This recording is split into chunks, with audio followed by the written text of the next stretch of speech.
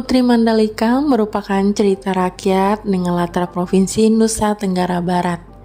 Nama Mandalika semakin dikenal setelah terpilih menjadi nama sirkuit internasional yang berlokasi di Pulau Lombok. Berikut cerita lengkap tentang pengorbanan Putri Mandalika. Pada zaman dahulu kala, berdirilah kerajaan yang menghadap ke hampar Samudra Hindia, Kerajaan Sekar Kuning di negeri Tonjeng Beru. Sang Raja Raden Panji Kusuma juga dikenal dengan sebutan Tonjeng Beru. Memiliki istri bernama Dewi Sranting. Keduanya terkenal rupawan, mereka pun hidup harmonis dan memerintah dengan bijaksana, hingga rakyat pun hidup dengan sejahtera. Hari yang dinanti pun tiba. Raja dan Ratu dikaruniai keturunan. Seorang putri berparas sangat cantik yang diberi nama Mandalika.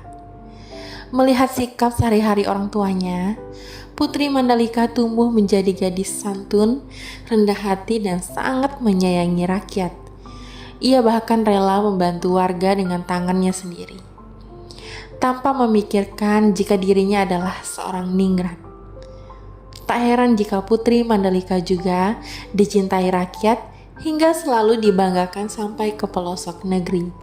Siapa sangka cerita dari mulut ke mulut mengenai paras rupawan dan budi baiknya membuat banyak pangeran dari kerajaan-kerajaan yang dekat maupun jauh hendak memperistri Putri Mandalika.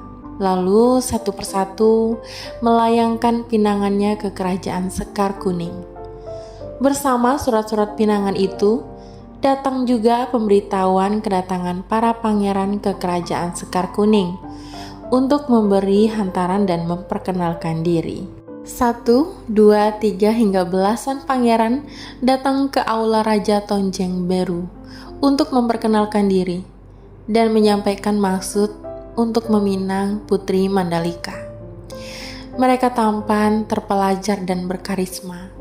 Sambil menunggu jawaban dari Putri Mandalika, semua pangeran yang datang dipersilakan tinggal di paviliun tamu kerajaan. Awalnya paviliun itu sepi dan luas, tetapi karena terus-menerus kedatangan tamu, pangeran beserta ajudan-ajudannya, paviliun tamu menjadi ramai dan tidak nyaman. Tak jarang, pangeran-pangeran juga beradu mulut dan saling membanggakan kerajaan masing-masing. Aura persaingan terasa sepanjang hari. Suatu malam, Putri Mandalika datang ke paviliun tamu secara rahasia. Ia ingin melihat para pangeran yang melamarnya. Namun tak disangka, saat kedatangannya itu, yang terlihat bukan karisma para pangeran yang menemui ayahnya di aula, melainkan sikap sombong dan kekanak-kanakan para pangeran yang sedang memuji diri sendiri dan merendahkan kerajaan lain. Kecewa dengan apa yang disaksikannya, Putri Mandalika kembali ke kediamannya sambil menitikkan air mata. Kini Putri Mandalika bukan hanya bingung, ia pun takut salah mengambil keputusan. Ternyata lamaran-lamaran itu bukan hanya tentang dirinya, tetapi juga tentang peperangan antar suku. Akhirnya Putri Mandalika memutuskan berkonsultasi kepada ayah dan ibunya yang bijaksana. Tak bisa dipungkiri, Raja dan Ratu pun merasakan kebingungan serupa. Keduanya menyarankan Putri Mandalika untuk meminta petunjuk kepada Sang Maha Pencipta. Jawaban apapun yang Putri Mandalika dapatkan, Raja dan Ratu akan menerima dan mendukungnya. Bertolaklah Putri Mandalika untuk bersemedi di tepi pantai segar untuk mendapatkan jawaban yang dicarinya. Setelah 3 hari bersemedi, Putri Mandalika mengundang para pangeran untuk datang ke tebing pantai segar saat fajar pada hari ke-20 bulan 10. Pilihan waktu ini dianggap janggal hingga membuat banyak orang penasaran. Berita ini juga terdengar hingga ke telinga rakyat Kerajaan Sekar Kuning dan kerajaan di sekitarnya.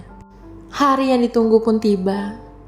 Kawasan pantai segar kini dipadati penduduk yang ikut penasaran akan jawaban Putri Mandalika. Sang putri tiba diiringi kedua orang tua dan pengawalnya. Sambil berjalan kaki, ia terlihat mempesona. Wajahnya terlihat makin rupawan dalam balutan busana sutra warna-warni yang ia kenakan. Rambutnya panjang terurai di bawah mahkota. Matanya terlihat tegas sekaligus teduh. Putri Mandalika menuju ke ujung tebing tertinggi sendirian, membuatnya terlihat di antara kerumunan orang. Saat sinar matahari menyinari dirinya, Putri Mandalika mengatakan dengan lantang jika ia menerima semua pinangan para pangeran. Pernyataan Putri membuat bingung semua orang. Katanya jawaban itu adalah yang terbaik yang ditunjukkan Sang Maha Pencipta. Putri Mandalika diperlihatkan pandangan jika menerima hanya satu saja pinangan, perang besar akan terjadi. Putri Mandalika pun melanjutkan perkataannya. Semua pangeran baik untuknya, tetapi para pangeran harus menjadi pemimpin yang lebih baik untuk rakyat, karena yang ia inginkan hanyalah kesejahteraan rakyat. Sebaliknya, perang hanya membawa kesengsaraan bagi rakyat. Ia pun mengucapkan terima kasih atas pinangan dan kasih sayang semua orang kepadanya. Kemudian Putri Mandalika membalik badan menghadap ke samudra. Lalu ia melompat ke lautan, disambut ombak besar yang menelan tubuhnya. Lihat putri kesayangannya jatuh ke laut, raja pun segera menceburkan diri ke dalam laut untuk mencari anaknya. Diikuti oleh para pangeran dan seluruh rakyat yang berkumpul di pantai segar. Namun dari ratusan orang yang mencari, tak ada satupun yang menemukan tubuh Putri Mandalika. Yang terlihat di dalam air malah ribuan biota laut, serupa pita yang menjuntai berwarna-warni. Warnanya sama dengan kain sutra yang dikenakan Putri Mandalika. Hingga banyak orang yang terkecoh dan menangkapnya. Raja dan ratu akhirnya menyadari jika cacing-cacing berwarna indah itu adalah jelmaan putrinya yang telah berkorban demi rakyat. Akhirnya raja dan ratu memerintahkan rakyat untuk mengumpulkan cacing-cacing itu dan membawanya pulang. Sebagian menaruhnya di sawah dan membuat tanaman mereka subur. Sebagian lainnya membuat masakan dari cacing-cacing yang mereka sebut nyale, sehingga kebutuhan pangan mereka selalu tercukupi dan sejahtera, seperti keinginan Putri Mandalika. Sedangkan para pangeran pulang tanpa membawa permaisuri. Namun mereka menjadi pemimpin yang menghargai dan menghormati rakyatnya, bahkan bersedia berkorban bagi mereka seperti yang dilakukan Putri Mandalika.